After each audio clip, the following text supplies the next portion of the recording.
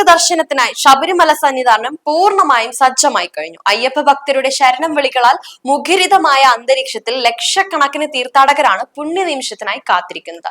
ഇന്ന് ഉച്ചയ്ക്ക് 2:45 മകരസംക്രമ പൂജകൾ നടക്കുന്നത്. ശബരിമലയിൽ ഈ വർഷത്തെ മകരവിളക്ക് മഹോത്സവം ഇന്ന് നടക്കും. ലക്ഷക്കണക്കിന് തീർത്ഥാടകർ കാത്തിരുന്ന പുണ്യമുഹൂർത്തമായ മകരസംക്രമ പൂജ ഉച്ചയ്ക്ക് ശേഷം 2:45 നട തുറക്കുന്നതോടെ നടക്കും.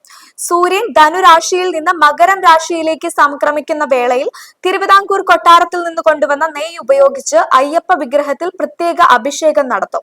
വൈകുന്നേരം പന്തളം കൊട്ടാരത്തിൽ നിന്നുമുള്ള തിരുവാഭരണങ്ങൾ ചാർത്തിയുള്ള മഹാദീപാരാധന നടക്കും. 6:30 ഇവ നടക്കുക. ഈ സമയത്താണ് പൊന്നമ്പലമേട്ടിൽ മകരജ്യോതി തെളിയിക്കുന്നത്. ജ്യോതി ദർശനത്തിനായി ദിവസങ്ങൾക്ക് മുമ്പേ സന്നിധാനത്തും പരിസരത്തും നിരവധി പേർ തമ്പടിച്ചിട്ടുണ്ട്. തിരക്ക് കണക്കിലെടുത്ത് കനത്ത സുരക്ഷാ ക്രമീകരണങ്ങളാണ് പോലീസ് സജ്ജമാക്കിയിരിക്കുന്നത്.